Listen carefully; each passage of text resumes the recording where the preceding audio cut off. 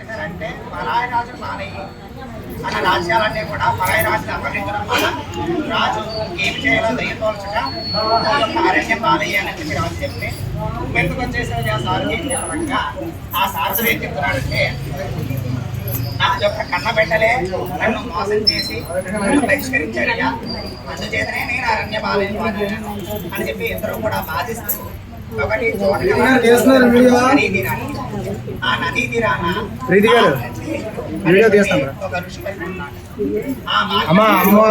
వామానికి అమ్మవారికి ఎదురు ఎవరు కొంచెం సైడ్ ప్లేస్ ఇచ్చింది.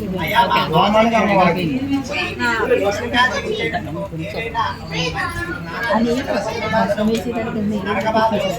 సర్వబాధలో పోయి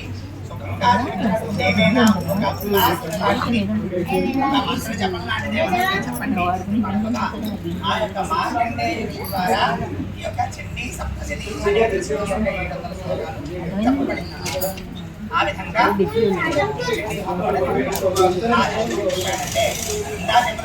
మహావిష్ణువు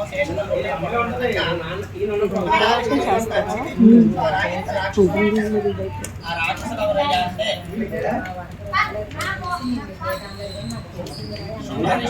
అని చెప్పి ఇద్దరు రాక్షసులు ఉంటారట.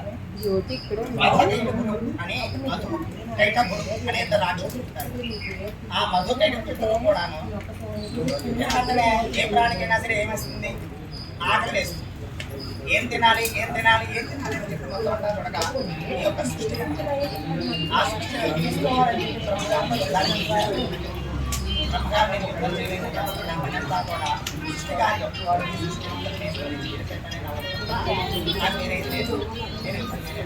ఆయన మహాశివుడు ఆయన దగ్గరికి యుద్ధం చేయండి మీకు సృష్టి ఎవరు బ్రహ్మ మధ్యకారి మహామాయతో కమ్మేసినట్టు అంటే మనకి ఎవరైనా ఒక నిద్రాశక్తి ఉంటే కానీ ఆ నిద్రాశక్తికి మరో పేరేంటయ్యా మాయాదేవి. ఆ మాయాదేవి యొక్క శక్తి వలన ఈ యొక్క విష్ణుమూర్తి తనలో తాను ఆలోచిస్తూ పడుతున్నాడు. ఆ విష్ణుమూర్తి లేవడానికి ఈ మధుగడిలో కూడా చాలా అప్పుడు బ్రహ్మగారు ఆ యొక్క మాయాదేవిని శక్తిలో ఆ యొక్క మాయాదేవిని అక్షరం ద్వారా విష్ణుమూర్తి మాయాదేవి ఆ మాయాదేవి విష్ణుమూర్తి చేయడం ద్వారా ఈ మధు కైటపుడు ఎవరో కూడా విష్ణుమూర్తిని నాకు నేను యుద్ధం చేయాలి, ఈ సృష్టి నాకు ఆకలిస్తుంది, నాకు ఈ సృష్టి కావాలి, నువ్వు నాతో యుద్ధం చేస్తే నేను ఈ సృష్టి చూపిస్తాను అని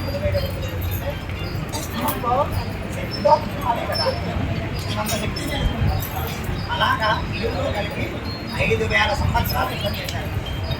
గజ చెట్లు శ్యామలతో అన్నింటితో కలిపి 5,000 సంవత్సరాలు యుద్ధం చేయగా ఆ మధుడు కూడా శక్తి అప్పుడు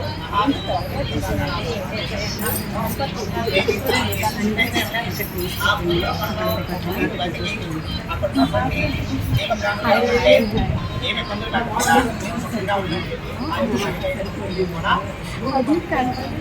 ఆ భూమిలో ఆ మధుకైలు అరాచకాలు అప్పుడు అలా దేవతలు ఈ మధుకైలు కూడా భూమి సరిపోలేదు.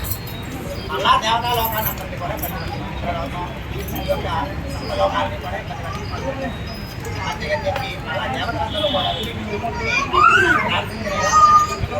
మాయాదేవి చాలా మధురైన అందుకే మాయాదేవి స్వరూపంగా